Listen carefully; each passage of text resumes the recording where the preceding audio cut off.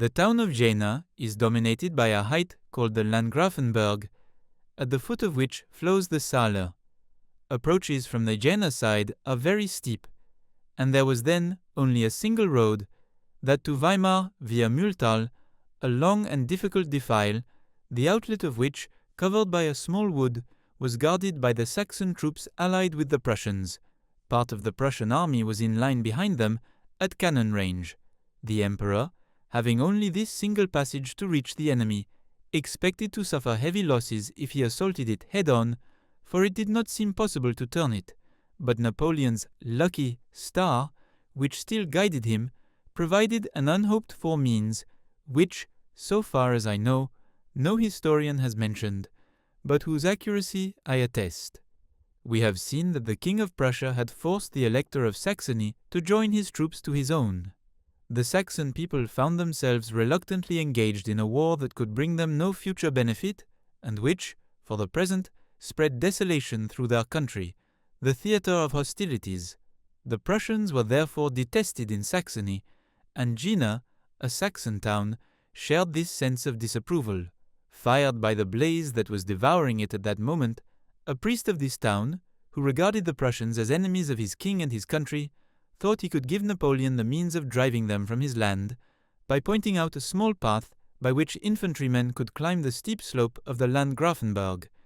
He therefore led a platoon of voltigeurs and staff officers there. The Prussians, believing the passage impracticable, had neglected to guard it. But Napoleon judged otherwise, and, on the report made to him by the officers, he went up there himself, accompanied by Marshal Lannes and guided by the Saxon curé. The emperor, having observed that there was, between the top of the path and the plain occupied by the enemy, a small rocky plateau, resolved to make it the assembly point of part of his troops, who would debouch from there, as from a citadel, to attack the Prussians. The undertaking would have been impossibly difficult for anyone other than Napoleon, commanding Frenchmen. He at once had 4,000 pioneer tools taken from the engineer and artillery wagons, and ordered that all the battalions would work in turn, for an hour each, to widen and ease the path, and that when each had finished its task, it would silently form up on the Landgrafenberg while another replaced it. The work was lit by torches, whose glow merged, to the enemy's eyes, with that of the fire raging in Jena. The nights being very long at that season, we had time to make that slope accessible, not only to infantry columns, but also to wagons and artillery, so that, before daybreak, the corps of Marshals Lannes and Soult and the 1st Division of Augereau, as well as the foot guard, found themselves massed on the Landgrafenberg.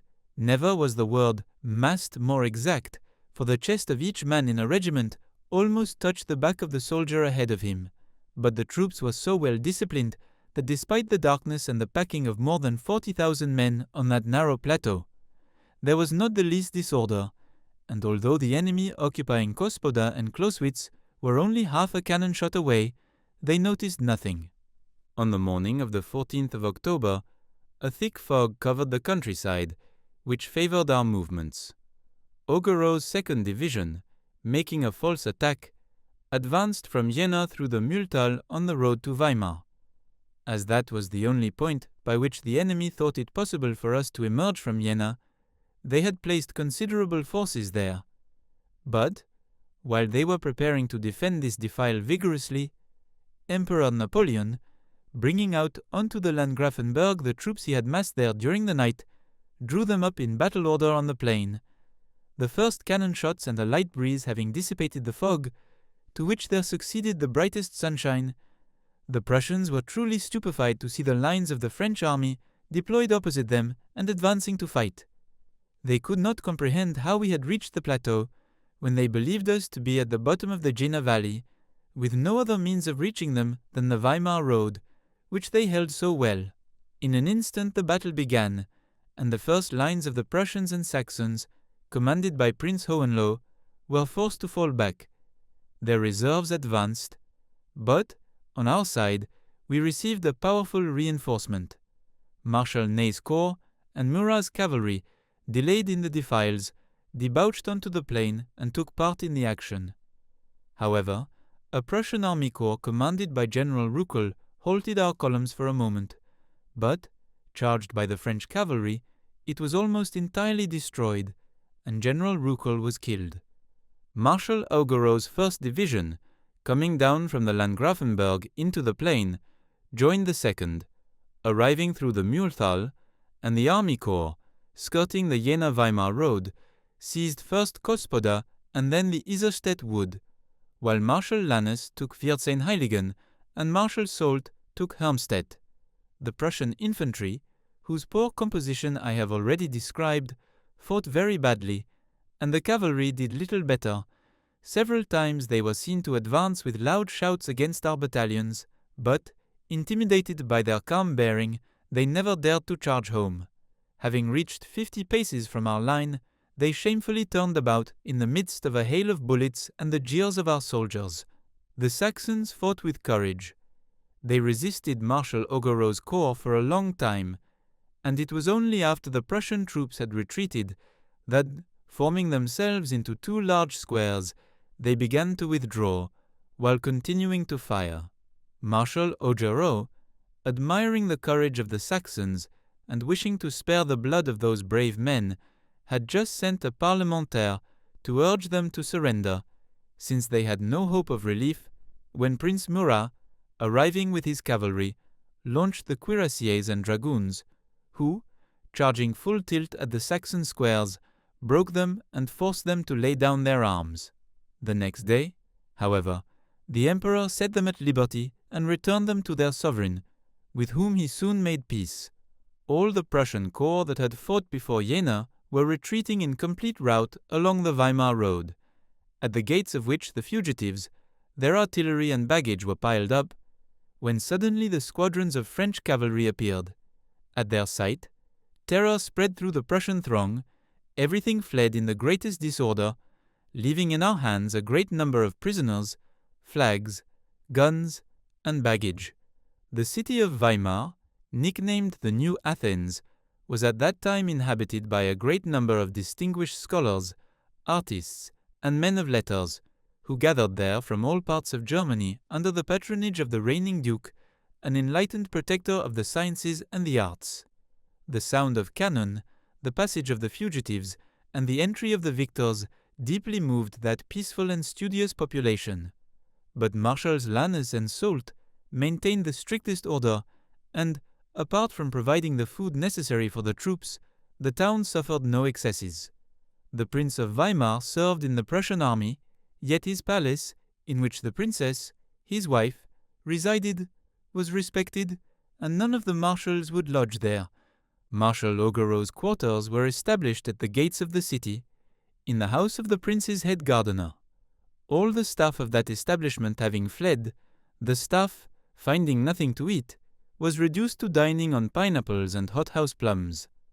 That was far too light for people who, having had nothing for 24 hours, had spent the previous night on their feet and the whole day fighting. But we were victors, and that magic word makes one endure every privation. The emperor returned to sleep at Jena, where he learned of a success no less great than the one he had just achieved himself. The Battle of Jena had this extraordinary feature, that it was double, if I may put it so, for neither the French army nor that of Prussia was assembled before Jena. Each, divided into 2 parts, fought 2 different battles. In fact, while the emperor, debouching from Jena at the head of the corps of Augereau, Lannes, Soult, Ney, his guard, and Murat's cavalry, was beating, as I have just explained, the Prussian corps of Prince Hohenlohe and General Ruckel, the King of Prussia, at the head of his main army, commanded by the famous Prince of Brunswick, and Marshals Möllendorf and Kalkreuth, was moving from Weimar to Naumburg, and had slept in the village of Auerstädt, not far from the French corps of Bernadotte and Davout, who were in the villages of Naumburg and the surrounding area. To go and rejoin the emperor near Apolda, on the plains beyond Jena, Bernadotte and Davout had to cross the Saale above Naumburg and pass through the narrow and hilly defile of Kosen.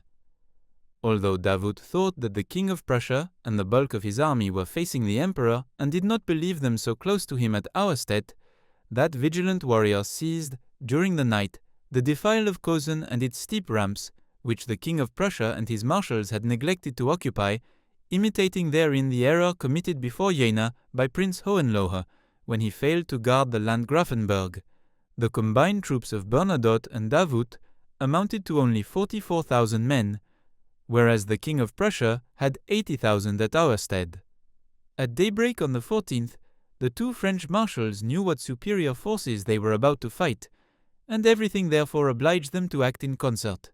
Davout, understanding the necessity, declared that he would willingly place himself under Bernadotte's orders, but the latter, counting shared laurels as nothing, and unable to sacrifice himself to his country's interests, wished to act alone, and, on the pretext that the emperor had ordered him to be on the 13th at Dornburg, wanted to go there on the 14th, although Napoleon had written to him during the night that, if by chance he was still at Naumburg, he should stay there and support Davout. Bernadotte, finding that mission not glorious enough, left Marshal Davout to defend himself as best he could, then, following the Saale, went to Dornburg, and although he found not a single enemy there, and although, from the heights he occupied, he could see the terrible battle being fought, 2 leagues away, by the intrepid Davout, Bernadotte ordered his divisions to set up their bivouacs and quietly make soup. In vain did the generals around him reproach him for his culpable inaction. He would not move. Thus General Davout, having with him only the 25,000 men forming the divisions of Friant, Morand, and Guden, resisted with those brave troops nearly 80,000 Prussians, fired by the presence of their king. The French, coming out of the defile of Kösen, formed near the village of Hassenhausen. It was truly there that the battle took place, for the emperor erred in believing he had before him at Jena the king and the bulk of the Prussian army. The fight sustained by Davout's troops was one of the most terrible in our annals, for his divisions, after having victoriously resisted all the attacks of the enemy infantry, formed squares, repelled numerous cavalry charges, and, not content with that, marched forward with such resolution that the Prussians fell back at every point, leaving the ground covered with dead and wounded. The Prince of Brunswick and General Schmettau were killed. Marshal Moellendorff was grievously wounded and taken prisoner. The King of Prussia and his troops at first conducted their retreat in fairly good order toward Weimar, hoping to rally there behind the corps of Prince Hohenlohe and General Ruchel, whom they supposed victorious, while those, beaten by Napoleon, were going in turn to seek support from the forces led by the king. Those two enormous masses of defeated and demoralized soldiers, having met on the road to Erfurt, the mere appearance of a few French regiments sufficed to throw them into the greatest confusion. The rout was complete. Thus was the boasting of the Prussian officers punished. The results of this victory were incalculable, and made us masters of almost all Prussia. The emperor expressed his high satisfaction with Marshal Davout, and with the divisions of Morand, Friant, and Gudin, in a general order that was read to all companies, and even in all the hospitals of the wounded. The following year, Napoleon named Davout Duke of Auerstädt, although he had fought less in that village than in Hassenhausen, but the King of Prussia had had his headquarters at Auerstädt, and the enemy had given that name to the battle the French call Jena. The army expected to see Bernadotte severely punished, but he escaped with a sharp reprimand, the emperor fearing to grieve his brother Joseph, whose sister-in-law, Mademoiselle Clary, Bernadotte had married. We shall see later how Bernadotte's attitude on the day of the Battle of Auerstädt served, as it were, as his first rung on the ladder to the throne of Sweden. I was not wounded at Jena, but I suffered a hoax whose memory still rouses my anger after 40 years. At the moment when Augereau's corps was attacking the Saxons, the marshal sent me to carry to General Durosnel, commanding a brigade of chasseurs, the order to charge the enemy cavalry. I was to lead that brigade by a lane I had already reconnoitred. I ran to place myself at the head of our chasseurs, who dashed at the Saxon squadrons. They resisted bravely. There was a melee, but, at last, our opponents were forced to retire with losses. I found myself, toward the end of the combat, facing a hussar officer dressed in white, belonging to Prince Albert of Saxony's regiment. I pressed my saber's point against his body, summoning him to surrender, which he did, handing me his weapon. The fight over, I had the generosity to return it to him, as is customary in such cases between officers, and I added that, although his horse belonged to me by the laws of war, I did not wish to deprive him of it. He thanked me warmly for such treatment, and followed me in the direction I took to return to the marshal, to whom I was very pleased to bring my prisoner. But as soon as we were 500 paces from the French chasseurs, the accursed Saxon officer, who was on my left, drawing his saber, slashed my horse's shoulder, and was about to strike me if I had not hurled myself at him, though I did not have my saber in hand. But our bodies touching, he no longer had space for his arm to bring his blade to bear against me, and seeing this, he seized me by my epaulette, for I wore full dress that day, and pulling hard, made me lose my balance. My saddle swung under the horse's belly, and there I was, one leg in the air and my head down, while the Saxon, galloping off at full speed, went to rejoin the remnants of the enemy army. I was furious, both at the position in which I found myself, and at the ingratitude with which that foreigner repaid my good offices. So, as soon as the Saxon army was taken prisoner, I went to look for my hussar officer to give him a good lesson, but he had disappeared. I have said that our new ally, the Grand Duke of Hesse-Darmstadt, had joined his troops to those of the Emperor. This brigade, attached to the 7th Corps, had uniforms exactly like those of the Prussians, and so several Hessians were wounded or killed during the action. Young Lieutenant de Stock, my friend, was on the point of meeting the same fate, and our hussars had already seized him, when, having recognized me, he called me, and I had him released. The Emperor heaped favors on the Curé of Jena, and the Elector of Saxony, become king, thanks to Napoleon's victories. His new ally also rewarded this priest, who lived very quietly until 1814, at which time he took refuge in France to escape Prussian vengeance. They had him seized there and shut up in a fortress where he spent 2 or 3 years. Finally, the King of Saxony, having interceded with Louis XVIII in favor of the curé, the latter demanded the priest's release as having been arrested without authorization, and the Prussians having consented to release him, he came to settle in Paris. The Emperor, victorious at Jena, having ordered the enemy to be pursued in all directions, our columns made an infinite number of prisoners. The King of Prussia only managed with great difficulty to reach Magdeburg, then Berlin, and it is even said that the Queen was on the point of falling into the hands of the raiders of our vanguard. Augereau's corps crossed the Elbe near Dessau. It would be too long to recount the disasters of the Prussian army. It is enough to say that, of the troops that had marched against the French, not one battalion managed to escape. They were all taken before the end of the month. The fortresses of Torgau, Erfurt, and Wittenberg opened their gates to the victors, who, crossing the Elbe at several points, moved toward Berlin. Napoleon, having stopped at Potsdam, visited the tomb of the great Frederick, then went on to Berlin, where, contrary to his habit, he wished to make a triumphal entry. Marshal Davout's corps marched at the head of the procession, an honor well due to it, for it had fought more than the others. Next came Augereau's corps, then the Guard. That concludes the 23rd part of the story. Thank you very much for listening.